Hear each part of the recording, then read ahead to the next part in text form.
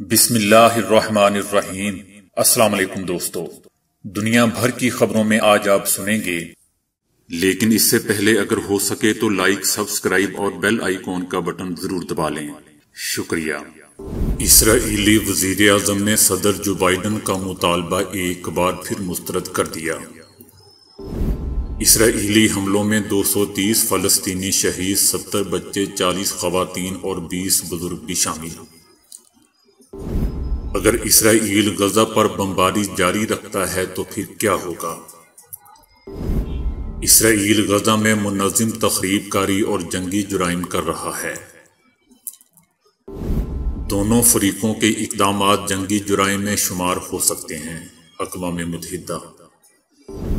لڑائی بندی کا وقت آ چکا ہے۔ فرانس۔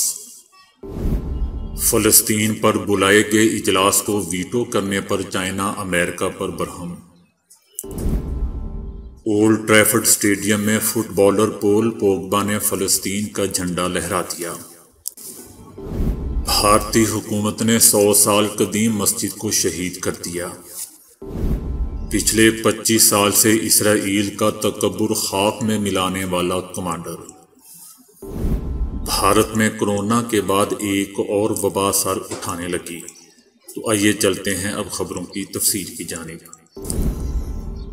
اسرائیل کے وزیر اعظم بنیامین نیتن یاہو نے غزہ کی پٹی میں فلسطینی تنظیم حماس پر اسرائیلی بمباری میں نمایاں کمی کا امریکی صدر جو بائیڈن کا مطالبہ مسترد کر دیا ہے۔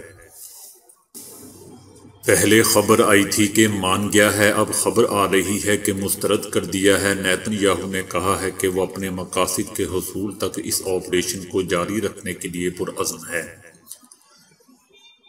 اسرائیلی وزیر اعظم کا کہنا ہے کہ وہ امریکی صدر کی حمایت کو بھرپور سراہتے ہیں، لیکن اسرائیل اپنے شہریوں کی سیکیورٹی اور امن و سکون کے لیے مزید اقدامات اٹھائے گا۔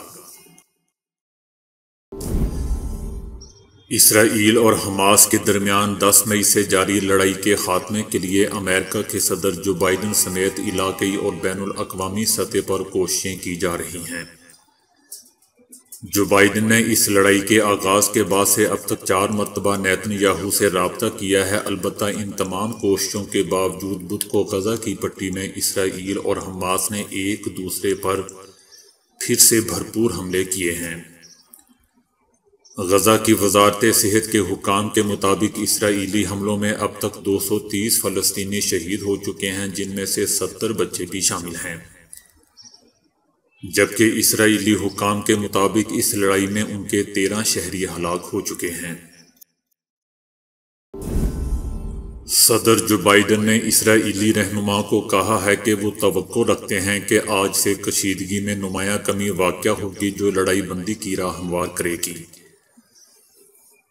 اگر اسرائیل غزہ پر بمباری جاری رکھتا ہے تو کیا ہوگا؟ اس سوال پر وائٹ ہاؤس نے رد عمل دینے سے گریز کیا، البتہ وائٹ ہاؤس کا کہنا تھا کہ ہماری کوشش یہ یقینی بنانا ہے کہ ہم سفارتی انداز میں لڑائی بندی پر کام خاموشی اور تیزی سے کریں۔ فلسطین اتھارٹی کے صدر محمود عباس نے ایک ٹی وی خطاب میں نیتن یاہو پر تنقید کرتے ہوئے کہا ہے کہ اسرائیل غزہ میں منظم تخریب کاری اور جنگی جرائم کر رہا ہے، جو بین الاقوامی قانون کے تحت قابل گرفت جرم ہے۔ محمود عباس نے کہا کہ فلسطینی اس طرح کے جنگی جرائم کرنے والے کو بین الاقوامی عدالتوں کے سامنے لے جانے سے بالکل بھی نہیں ہچکچائیں گے۔ ادھر اسرائیلی وزیر اعظم نیتن یاہو نے منگل کو ایک ویڈیو پیغام میں کہا تھا کہ اسرائیل نے حماس کو غیر متوقع حد تک نقصان پہنچایا ہے اور اس گروپ کو کئی سال پیچھے دھکیل دیا ہے۔ ان کا کہنا تھا کہ حماس کے حملوں کا اسرائیلی جواب اسرائیل کے دشمنوں یعنی ایران کے لیے بھی ایک سبق ہے۔ اقوام متحدہ کے انسانی حقوق کے ماہرین نے فلسطینی گروپ حماس کے اسرائیل پر حملوں کو بھی سوچے سمجھے اور غیر ذمہ دارانہ حملے قرار دیا ہے اور کہا ہے کہ دونوں فریقوں کے اقدامات جنگی جرائم کی حدود میں شمار ہو سکتے ہیں۔ اقوام متحدہ نے کہا ہے کہ غزہ میں زندگی شدید بحران سے دوچار ہے اور شہر میں گھروں اور انفراسٹرکچر کو شدید نقصان پہنچ چکا ہے۔ اقوام متحدہ نے بین الاقوامی برادری پر زور دیا ہے کہ وہ اقوام متحدہ کے پروگرام کے لیے فنڈز فراہم کرے تاکہ فلسطینی علاقوں میں امدادی کام کیا جا سکے۔ فرانس نے اقوام متحدہ کی سلامتی کونسل میں مصر اور اردن کے ساتھ مشاورت کے بعد ایک قرارداد جمع کروائی ہے جس میں لڑائی بند کرنے پر زور دیا گیا ہے۔ فرانس کے صدر نے جن 3 نکات پر اتفاق کیا ہے ان میں کہا گیا ہے کہ فائرنگ بند ہونی چاہیے، لڑائی بندی کا وقت آ چکا ہے۔ دوستو، یاد رہے کہ امریکہ جو اسرائیل کا اتحادی ہے، سلامتی کونسل میں ویٹو پاور رکھتا ہے۔ اس نے اب تک سلامتی کونسل کو لڑائی بندی کی حمایت میں بیان جاری کرنے سے روک رکھا ہے۔ چائنا نے مشرق وسطی کے تناؤ میں امریکہ کے کردار پر تنقید کرتے ہوئے کہا ہے کہ امریکہ نے فلسطین سے متعلق اجلاس کو ویٹو کر کے سلامتی کونسل کو مفلوج کر دیا ہے۔ چائنا نے اسرائیل سے فلسطین کے ساتھ مکمل لڑائی بندی کا مطالبہ کرتے ہوئے کہا ہے کہ اسرائیل اور فلسطین کے معاملے پر امریکہ کا کردار مایوس کن ہے۔ امریکہ نے اس اہم مسئلے پر بلائے گئے اجلاس کو ویٹو کر کے سلامتی کونسل کو مفلوج کر دیا ہے۔ جب فلسطینی عوام تکلیف میں مبتلا ہیں تو انسانی حقوق کے علمبردار امریکہ اس اقدام پر حق بجانب ہے، یا یہ کہ امریکی مفادات کے لیے اسرائیل کو اپنی خدمات پیش کرنے کا ایک بہانہ ہے؟ چائنا کا کہنا تھا کہ کیا یہی بات امریکہ اصول پر مبنی بین الاقوامی آرڈر کہتا ہے؟ دوسری جانب امریکہ کا کہنا ہے کہ ہم نے سلامتی کونسل کے اجلاس کو اتوار تک صرف مؤخر کیا ہے، اجلاس کو منسوخ نہیں کیا۔ ہم چاہتے ہیں کہ اسرائیل اور فلسطین کے اس اہم ایشو پر امن کے لیے گفتگو کے لیے مزید وقت ملے۔ اتوار کے اجلاس میں اہم فیصلے کیے جائیں گے۔ مانچسٹر یونائیٹڈ کے فٹ بالر پول پوگبا نے اولڈ ٹریفرڈ اسٹیڈیم میں فلسطین کا جھنڈا لہرا دیا۔ اسٹیڈیم میں فلسطین کا جھنڈا لہرانے کی ویڈیو سوشل میڈیا پر وائرل ہو گئی۔ مانچسٹر یونائیٹڈ اور فل ہیم کے درمیان میچ ڈرا ہونے کے بعد میزبان ٹیم کے کھلاڑی پول پوگبا اور عماد نے فلسطینیوں سے اظہار یکجہتی کرتے ہوئے فلسطینی جھنڈے کے ساتھ گراؤنڈ کا چکر لگایا۔ فٹ بال کے کھلاڑی جب فلسطین کے جھنڈے کے ساتھ اسٹیڈیم کا چکر لگا رہے تھے تو مداحوں کی جانب سے بھی کھلاڑیوں کی بھرپور پذیرائی کی گئی۔ انہوں نے فلسطین کا جھنڈا اٹھایا تو ڈیلو نے بھی ان کے ساتھ پرچم کو تھاما اور ہزاروں شائقین کے سامنے اپنی ٹیم کے ساتھی کے ساتھ گراؤنڈ کا چکر لگایا۔ یاد رہے دوستوں کہ لندن میں فرائض کی ادائیگی کے دوران گزشتہ روز ایک خاتون پولیس آفیسر نے بھی فری فلسطین کے نعرے لگائے تھے اور وہ بھی ویڈیو وائرل ہو گئی تھی۔ بھارت میں بی جے پی کی ریاستی حکومت نے 100 سال قدیم تاریخی مسجد کو بلڈوزر سے منہدم کر دیا، جس کے نتیجے میں مسلم آبادی میں شدید غم و غصے کی لہر دوڑ گئی۔ الجزیرہ ٹی وی کے مطابق اتر پردیش کے علاقے بارہ بنکی میں غریب نواز المعروف مسجد کی تعمیر بر صغیر میں انگریز دور میں ہوئی تھی۔ مسلمانوں نے معاملے پر ہائی کورٹ جانے کا اعلان کر دیا ہے۔ گزشتہ شب ہزاروں بھارتی پولیس اہلکاروں نے مسجد کا محاصرہ کیا اور مسلمانوں کے احتجاج کو کچلنے کے لیے لوگوں کی نقل و حرکت پر پابندی لگا دی۔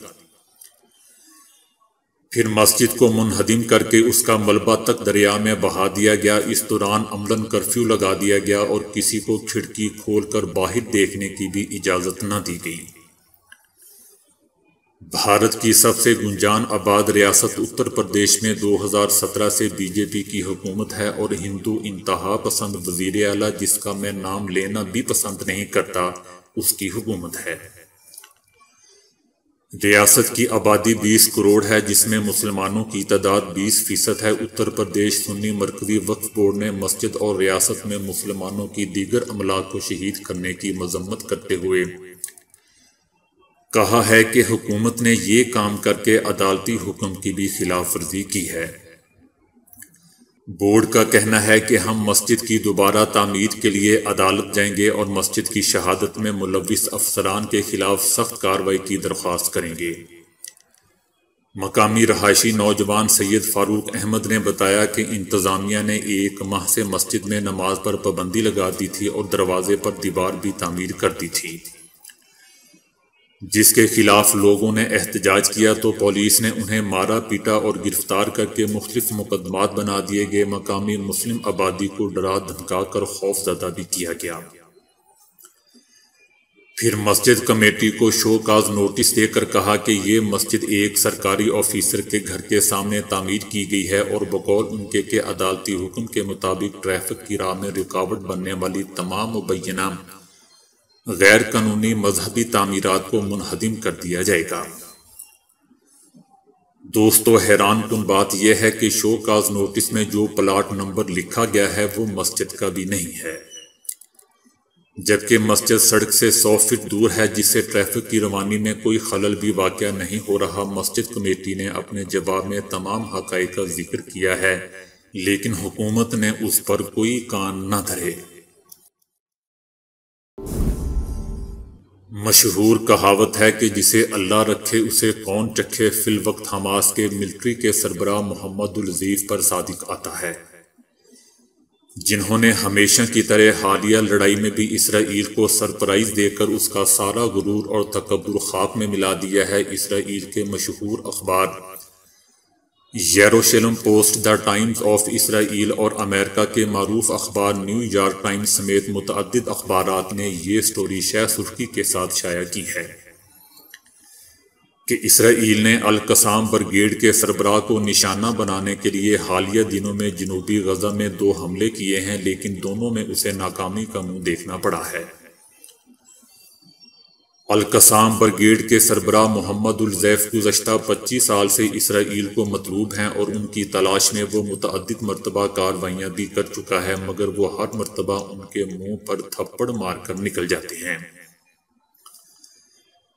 کم از کم 5 مرتبہ ماضی میں انہیں شہید کرنے کی پوری کوشش کی جا چکی ہے، مگر کامیابی نہیں ملی۔ اسرائیلی فورسز اس وقت پوری قوت سے القسام بریگیڈ کے سربراہ کی تلاش میں ہے، کیونکہ انہوں نے اسے بڑا سرپرائز دیا ہے۔ دفاعی مبصرین کے مطابق حماس کی جانب سے کی جانے والی کارروائیوں کی توقع اسرائیلی فورسز کو قطعی طور پر نہیں تھی۔ حماس کی کارروائیوں نے نہ صرف اسرائیل کے دفاعی نظام کی پول پٹی کھول کر رکھ دی ہے، بلکہ معاشی اعتبار سے اسے سخت نقصان بھی پہنچایا ہے۔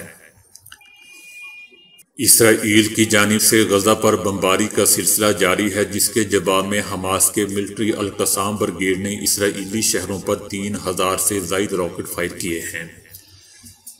دفاعی مبصرین کا کہنا ہے کہ اسرائیل کا سب سے بڑا نقصان یہ ہوا ہے کہ اس کا ناقابل تصویر کہلایا جانے والا دفاعی نظام ڈوم میزائل ڈیفنس سسٹم اپنی ساکھ عالمی سطح پر کھو چکا ہے۔